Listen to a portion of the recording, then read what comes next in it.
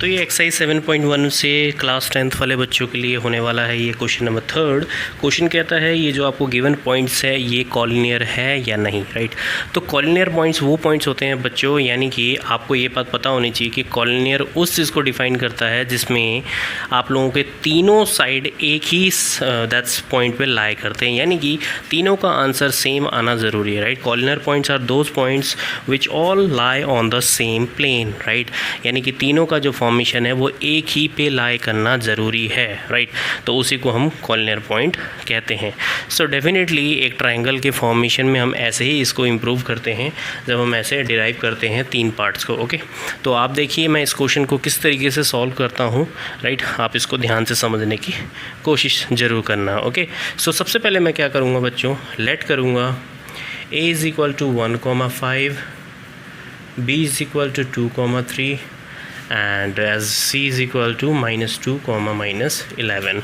जैसे कि मैंने बताया collinear points are those points which all lie on the same plane, यानी कि तीनों का आंसर फेस सेम आना ज़रूरी है। सो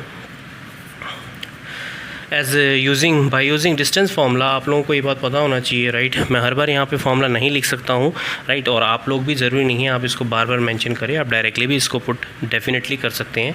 तो मैं बात कर रहा हूँ यहाँ पे ए बी की, तो ए बी में आता है ए और बी, राइट। ए और बी इन दोनों को लेकर कर रहा हूँ, तो x2 - x1 होता है, तो 2 - 1 का होल स्क्वायर, y2 - y1 यानी कि 3 - 5 का होल स्क्वायर, राइट। ये फार्मूला है डिस्टेंस फार्मूला, ओके। अगर मैं इसको सॉल्व करता हूँ तो 2 minus that is 2 - 1 is that is 1 का होल स्क्वायर, राइट।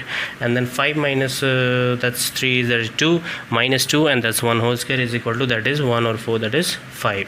तो यानी कि इन दोनों का जो इक्वेशन आ रहा है वो आ रहा है √5। सो इसी तरीके से हम यहाँ पे बी सी का भी निकाल लेते हैं। बी सी का देख लेते हैं क्या आता है। बी सी यानी कि बी और सी की वैल्यू, राइट। x2 - x1 का होल स्क्वायर यानी कि -2 और -2 का होल स्क्वायर प्लस -11 और -3 का होल स्क्वायर, राइट। मैं ट्राई करता हूँ कि इसको वन टाइम में ही कर लूँ तो ज़्यादा बेस्ट रहेगा।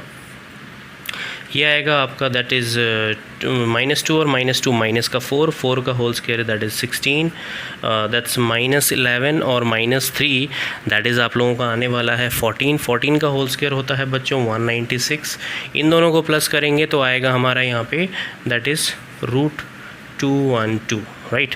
अब बात करते हैं सिमिलरली एंड ए और सी का, इन दोनों का हो गया है, इन दोनों का हो गया। अब एक और सी पेंडिंग रह के हैं, तो ए और सी का भी कर लेते हैं, राइट। तो ए और सी में भी देख लीजिए आप लोग दैट इज़, या आप सी ए लिख सकते हैं, जैसे मर्जी इसको कोऑर्डिनेट कर सकते हैं, डिपेंड्स ऑन यू, ओके। ऐसा कुछ नया नहीं है इसमें। -5 का होल स्क्वायर, राइट। आप जैसे मर्जी लिख सकते हैं, ओके। डिस्टेंस आपने कैलकुलेट करना है, यहाँ पे 3 का होल स्क्वायर 9 हो जाना है, और 11 और 5 आप लोगों का हो जाएगा दैट इज़ हाउ मच 16, और 16 का हो जाएगा आप लोगों का 256, राइट। और इसका बच्चों आएगा आप लोगों का दैट इज़ √265, राइट। तो इस तरीके से आप लोगों के तीनों की वैल्यू आने वाली है ए बी, बी सी और ए सी, राइट। तो ये तीनों वैल्यूज़ तो आ गई हैं, लेकिन अगर आप ध्यान से नोट करने की कोशिश करेंगे जो मैं अब यहाँ पे मेंशन करने वाला हूँ हेयर, अगर कॉलिनियर पॉइंट की बात करें तो किसी भी दो का सम यहाँ पे इक्वल बिल्कुल नहीं है, राइट। तो मैं इसको यहाँ पे मेंशन करूँगा, अगर A B plus B C is equal to A C आता है तो देखिए आप ध्यान से, ए बी ये रहा, बी सी ये रहा, इन दोनों को सम करने पे क्या ये पॉसिबिलिटी है? नहीं। या फिर तीनों क्या इक्वल हैं? नहीं है। तो यानी कि ये क्या है, एक कॉलिनियर पॉइंट नहीं है।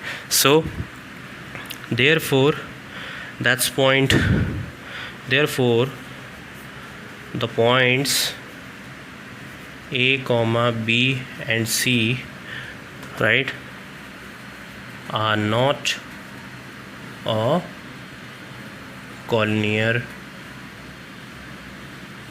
points, okay.